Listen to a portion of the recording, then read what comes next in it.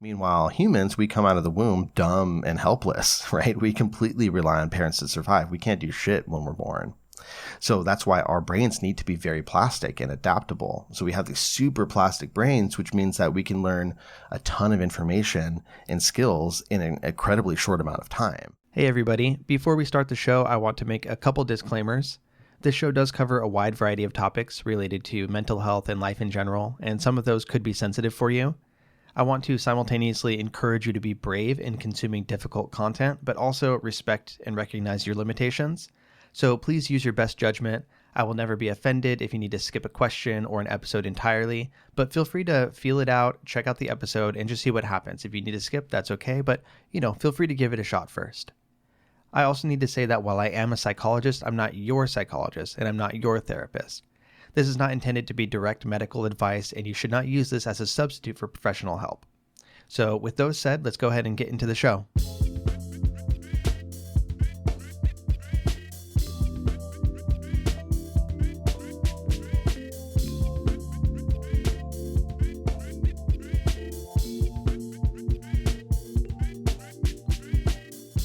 All right. Hello, friends of all varieties. This is the Hardcore Self-Help Podcast, episode 359. I'm your host, Dr. Robert Duff, aka Duff the Psych. I make mental health content for real people, just like you. And today we have a question and answer episode. Two really good questions from listeners like yourselves. If you would like to send me a question for the show, please send me an email to duffthepsych@gmail.com. Or alternatively, you can use the contact form on my website, duffthepsych.com. Today is nothing too extreme in terms of the questions, content-wise, just, some really interesting stuff to dive into. And hopefully it goes smoothly. One thing that you guys may not know behind the scenes is that occasionally I'll have an episode where I'm just flubbing left and right. And the benefit of doing a solo show, not like, live or interviewing much or things like that, is that I can edit that out. If I like burp or cough or like flub my words too bad, I can just go, okay, let me cut out that part. And there are some days where that happens over and over and over. I'm like, holy crap, am I going to make it through this episode? And there are other days where it's just smooth sailing and, there's almost no editing that takes place afterward, and it's awesome. I'm hoping for the latter today because it is hot as balls outside. Oh my God. It's going to be, I think, approaching 100. Okay, listen, I don't have any room to complain. I'm not in Texas where it's like 120, but it's going to be creeping up to 100 this weekend, I think. And right now in my little corner office of the house, I have windows that sort of act like a greenhouse. So it is hot while I have the air off to record this. Not trying to complain, but I am just having you wish me luck for a good, smooth recording. Wherever you are, I hope you're keeping yourselves safe and comfortable. I let somebody know about this the other day, and everybody that I've mentioned this to had no idea that they exist. I'm not selling these, no affiliate link or anything, but if you go on Amazon and look for whole head ice packs, they have these awesome ice packs you can put in the freezer, and they're like kind of like almost like a lunchbox material where they're flexible and such, and you can put the entire thing over your head. It covers your eyes and the sides and the back and the top of your head, and they're really great for people that get headaches like myself, and also when it's just super, super hot during the summer and you need to cool down before bed, it's really good for that too. So anyways, I'm going to stop rambling. Let's go ahead and get into the questions. Oh, goodness. Here's the first one. It reads, thanks for your advice. I really get a lot out of your responses to listener questions. Here's mine. My spouse, wife, cannot put her phone down. It's in her hand 100% of the time. Shopping, games, following celebrities. Any conversation I might try to have is secondary to her phone. I might be better off to text her even though she's sitting right beside me. Seems a little hopeless. Thanks for your consideration. So thank you for writing in. I'm sorry that you're experiencing this. It sounds like it's frustrating for you, and I can imagine it's frustrating to be near the person that you love and want to be with, but maybe you still feel disconnected or alone when you're right next to her and she's buried in her phone. And it's very much not the first time I've heard of an issue like this. I think that, in this day and age, there's so much to do on our phones and there's so much to draw us into our phones that it's pretty common. I see it out in public. It's something that I've even talked with my wife about in the past as well, about, what circumstances might it be nice to really not have a lot of phone activity and stuff like that. So, you're not alone in having feelings that you want to talk about this or do something about it. Now, I will say there are a lot of different reasons that somebody might spend a great deal of time on their phone and sometimes seem, somewhat disconnected from reality. So just to kind of throw it out there, some people who have things like anxiety or autism or ADHD may find being kind of in the world of their phone to be very helpful in terms of avoiding the frustrations and pains of life. Like it's a safer, more predictable place to be.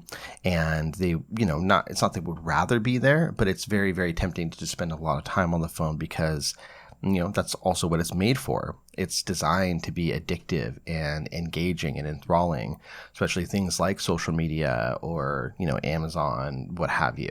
The fact that we can have so much information at our fingertips, and at one point in time, we may have had the TV on in the background, right? Not on Netflix or Disney Plus or anything like that, but just like, on TV, the actual antenna. And we just have it on in the background playing news and daytime TV and whatever soap operas or reality shows and stuff like that. Now it's all in our hand. So it's kind of sort of more on demand, and it's more, it pulls you away from the world more. The screen is smaller. You're not engaged as much with everything outside. It's not just in the background of the house.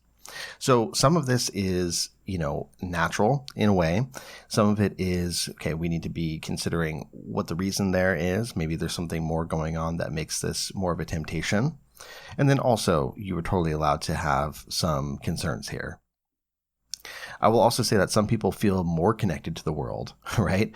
So even though they're less connected to their immediate surroundings in their house or wherever they are, being online on their phone helps them feel more connected. So, they know more about things that are going on elsewhere in the world or in the country. They know about current events. They're maybe connecting with friends. It can be a very connected social thing, but from the outside, it doesn't look like it. And of course, when you're actually sitting next to this person, it doesn't make you feel included in their world. So whatever the case may be, I think the first step here is making sure that you're not making too many assumptions about the why behind the behavior, about why she is doing this. I think it could be really easy to fall into the trap of personalization. So personalization is that thinking trap where you assume that the reason for the disconnect here is something having to do with you or having to do with the relationship, right? So what did I do to make her want to pull back? Or, is there something wrong that's making her do this? Very easy to personalize in that way. So I hope this isn't a dumb question, but have you talked about it? I feel like it can be a bit of a dumb question to ask that, but at the same time, there's so many instances when I'm talking with couples or relationships of whatever type where I'm like, have you talked about it? I'm like, well, no. Okay. That might be the first thing to think about. I think that talking about this is probably the most important thing you can do to actually identify the concern that you have and discuss it in some sort of way. And in approaching it with her, if you were to bring it up, I would perhaps focus on your own feelings. Again, avoid personalization, right? So not trying to say like, you're doing this to me, right? So instead saying, I know that this probably isn't personal, that you're not trying to act any particular way, but I feel XYZ sort of way when we're sitting next to each other and you're on your phone the whole time, or on your phone a majority of the time, however you want to phrase it. So focusing on your own experience, right? Not accusing something, not saying, oh, you're doing something bad, but saying, I'm feeling this way because of XYZ thing that's happening. That might be one way to approach it. I would also advise you to lead with curiosity, right? Has she noticed this? Is she aware that this is something you're experiencing? Is she concerned about her own screen time? Or on the flip side, does she feel disconnected from you? Is there actually a feeling of wanting to not be a part of the same environment? Or do things seem fine to her, right? So just opening up with curiosity and wondering what the deal is here. So I would open up that kind of conversation with curiosity, with your own feelings, and try not to make too many assumptions if you haven't already talked about it. I think that in many situations like this, the person who is in your wife's position, meaning the one who is on their phone a lot, is going to be somewhat defensive or very quick to feel like you're accusing them of something. And I think that this is par for the course. It's just something to be aware of and try to work around, right? So when you bring it up, she might be like, I'm not on the phone all the time. Like, okay, right? So be careful of the language that you use. Try to be aware that that tendency to feel accused is there, and approach it gently and with curiosity, like I said. So talk about it. Try to be as unthreatening as possible, but also don't avoid telling her how you feel about the situation, because that is important. If you're not satisfied with the direction that your relationship is going, about the way that things feel right now, and these behaviors are a part of that dissatisfaction, then you're allowed to bring this up. You're allowed to ask for change. You're allowed to ask for something to be different. Now, that said, if you guys have never been close, right? If it's never been a very close marriage where you guys spend a lot of time just talking about things and, not requiring outside entertainment, if that's never been the case and this is just the easiest scapegoat, then you need to keep that in mind, right? Don't expect somebody to fundamentally change. But if you've been, in a different position before and now you find yourself in this one and you're not liking where it's going, that's okay to bring up and want some change with. If you feel like these things are changes that would be helpful to you, you're allowed to ask for them, and she can make her own choices about how to respond to you sharing your feelings or requesting change, but you're allowed to feel how you feel. Now, she recognizes that there is a disconnect, and she's fine with that, and she doesn't want to make any changes to it. She doesn't want to change her behavior. Then that's something to take a deeper look at, right? You want to start looking harder at the relationship itself and asking some of these bigger questions about, am I satisfied in this relationship? Can I be satisfied in a marriage like this moving forward? We don't want to jump straight to that, but this is sort of, how we go about it. You start with curiosity. You start with sharing how you're feeling. Maybe you ask for some change. Maybe you do a few things to, create that change. And if nothing's changing, if you find that there's, actually resentment or callousness or something that just doesn't make her want to be connected in that way, then you got to ask some of those deeper questions. So like I said, that's jumping way ahead, but start with talking about it. Now, if she does recognize that it's an issue that she would like to work on, you can start by doing some small things, like increasing the amount of time you spend doing activities that lend themselves to engagement. So, for example, I'm not sure if you guys are going on dates anymore. Like, do you go to the movies, or do you watch any shows that you both like? Do you spend any time out in nature? Do you go out to, whatever you like doing, a brewery or museums, whatever it is that you guys might like doing in a date sort of context? Do you do that anymore? If not, that's something you might consider, right? There are certain situations that lend themselves to less, phone time, and others that if you're sitting on the couch, the phone just comes straight out, and maybe that's just part of the routine and what you've fallen into doing. So think about that. And then you might also make some simple rules to try out together. And I would talk about these together, right? Don't just dictate these things, but say, what would you think about this? So, for example, no phones during dinner. If you have phones out at every meal, I would say just start with dinner, right? The most important one, maybe you can make a point to have no phones and try to even focus a little bit of attention on making dinner a nicer time where you're actually engaging. Maybe no phones while watching TV together. Whatever version of this fits your life and your particular pain points, bring that up and talk about it as a collaboration. Now, I said that you don't need to personalize her behavior, and I mean it, but I would also encourage you to make sure that you are taking a good look in the mirror, right? Are you showing up in the relationship in a way that would make your partner want to be engaged? And this goes both ways, right? Do you have a reason to be attentive and present with one another? Is there any reason for you guys to have your phones down and just be talking and stuff like that? If not, then that's where you want to focus your attention, right? The phone could just be a secondary issue and a secondary sort of symptom of a larger problem. But in the end, if there are deeper issues that are revealed, or you're really in a place where your emotional needs aren't being met, there are things you could do about that. Talking, having more difficult talks, even couples therapy is an option. There's a lot that can be done here, but I don't blame you for feeling the way that you do. So thank you for that awesome question, and best of luck. Okay, and before we get into the second question, let's take a quick break to talk about our sponsor. This episode is brought to you by BetterHelp. BetterHelp is a great sponsor for this episode because, like the situation we just talked about, sometimes in life, you don't have an exact answer or an exact path forward in terms of what to do. And so having somebody to talk to and throw ideas around with, perhaps brainstorm, come up with ways of how can I talk to my partner about this? Am I overreacting here? Am I personalizing? Things of that sort. It's a great thing to talk about with a professional therapist. So that's why I'd encourage you to give BetterHelp a try. If you're thinking about starting therapy, check out BetterHelp. It's entirely online. It's designed to be convenient and flexible, suited to your schedule. You just fill out a brief questionnaire, and that'll get you matched with a licensed therapist. And if you find that it's not a good match, you can switch therapists for free at any time. So let therapy be your map with BetterHelp. Visit betterhelp.com/duff today and get 10% off your first month. That's BetterHelp, betterhelp.com/duff. Okay, so second question reads, Hey, Dr. Duff, I'm on a lot of meds for depression and anxiety, and it's been a couple years trying so many. I heard your ad for MindBloom and went to their site to read about it. I've been thinking about ketamine therapy for a while now, but I've been scared to try it. My neurologist offers it through IV, but MindBloom is actually cheaper. Do you think there's a difference between getting it at the office through IV and getting it orally from MindBloom? My psychiatrist says it's definitely something he supports me trying. I was wondering if you could go over how your wife felt during and after ketamine.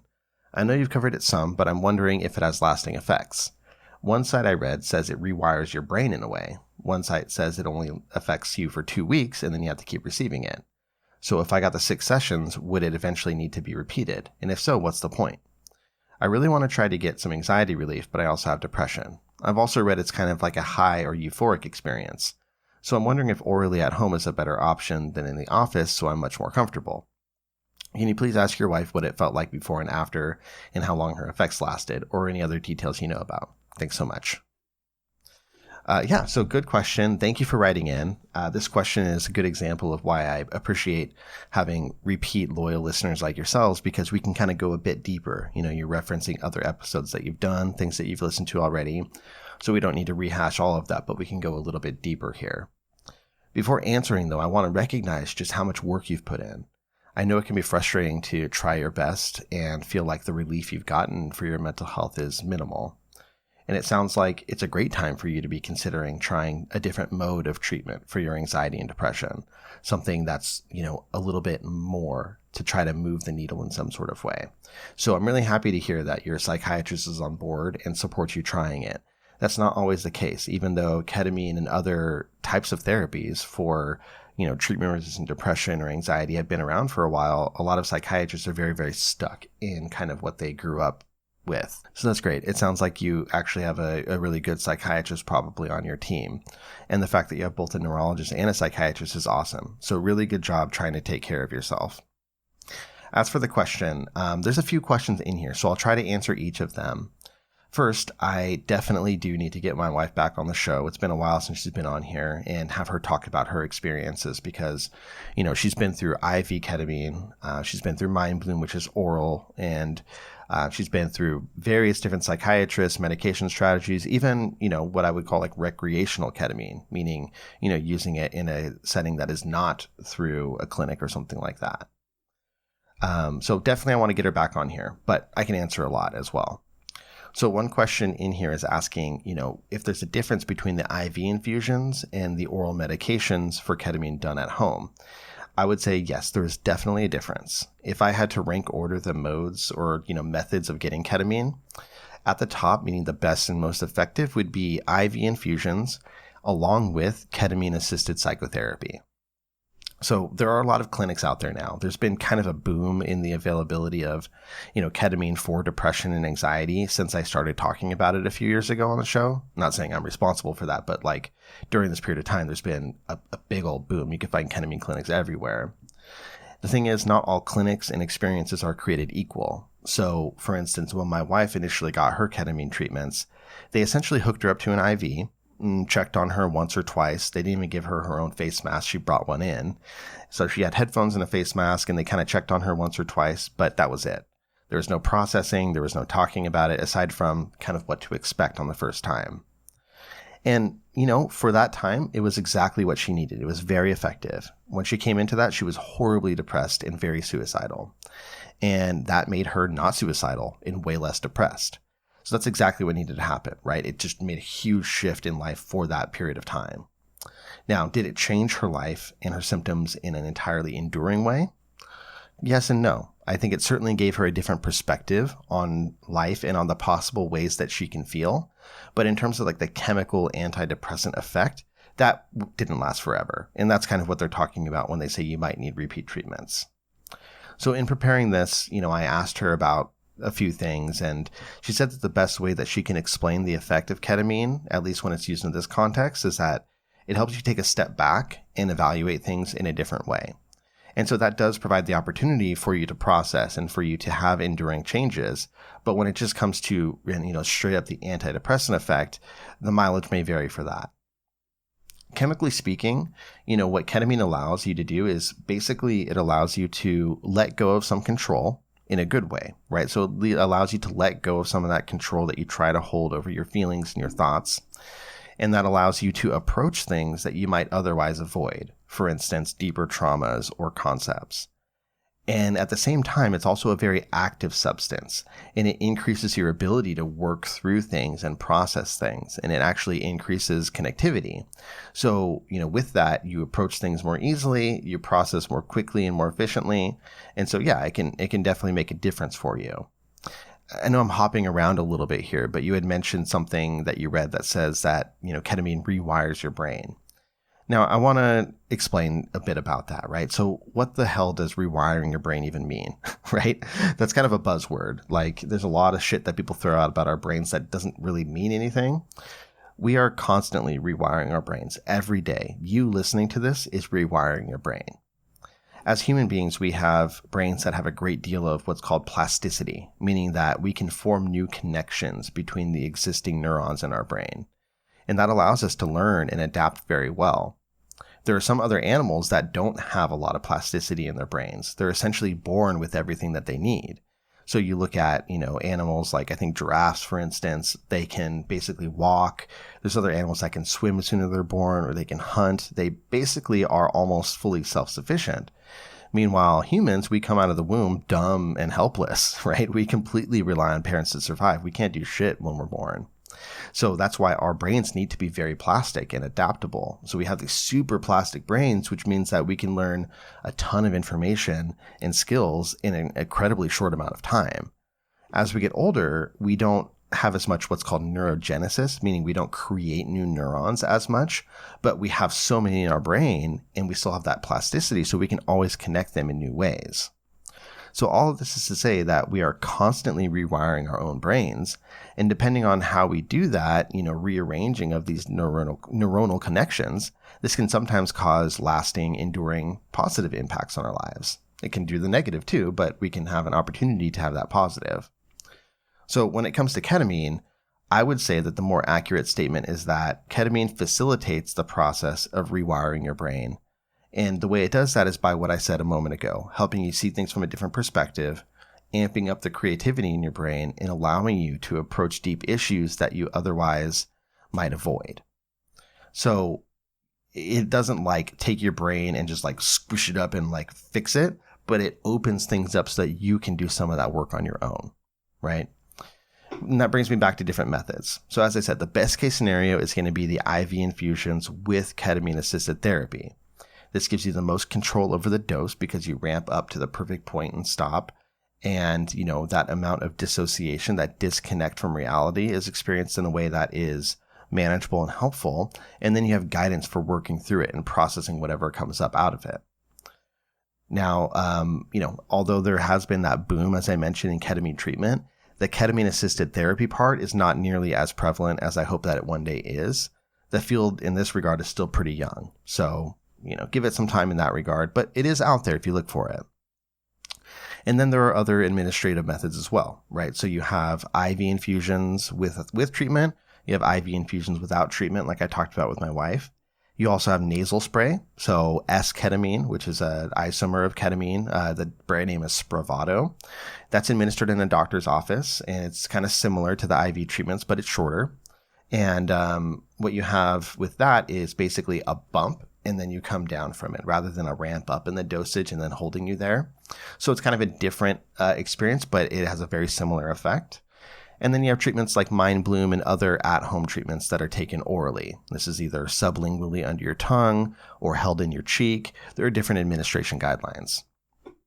And for the home versions, there's some variability, but in general, typically you're getting a lower dose than you do for the infusions. Depending on the company, they may also provide different types of guidance. So there's a lot more to consider when it comes to the home version. For Mind Bloom, what they do is they give you guided meditations to do at the start of your treatments to kind of guide you through it. And then they also have a virtual check-in process where you're assigned a person, and I'm not sure if it's different every time or it's customized for you or it's standard, but you have somebody to check in with as well. My wife's experience with Mind Bloom was that it was definitely effective, but not nearly as powerful as the IV experience. But there's the benefit of you do it from home. It's safe, it's easily accessible, it's on your own time, and I think there's a lot to be said for that, right? There are many people who would much rather do this sort of thing at home. And I've also, kind of bridged the gap a little bit here where I've had therapy clients of my own who have done I don't know if it was Mind Bloom or other types of at-home ketamine treatments, but I've had them do the ketamine treatments, and then we end up having a therapy session online shortly following that. So we can do ketamine-assisted psychotherapy from afar. And that's been a really interesting way to, like I said, bridge that gap. With the Spravato, with the nasal spray, one of the major benefits of that over other approaches is that it's FDA approved in the United States, which means that it can be covered by insurance. There is less control, as I said, no ramp up to the appropriate dose, but I would put it somewhere between infusions and oral treatments in terms of how impactful it is, right? So starting from the top, you would have IV, then you would have the nasal spray, and then you would have the at-home oral treatments. All effective, but just different levels of it and different experiences.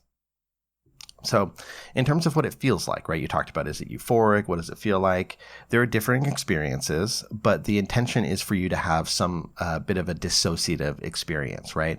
So you would call it a dissociative drug. It's not like a hallucinogen where you're going to be having these full-blown, well-formed hallucinations and stuff like that. It's not like LSD or something of that sort, but it does cause you to disconnect from reality. A lot of people get concerned about that. They're like, oh, I don't want to lose control, but that's actually part of the point.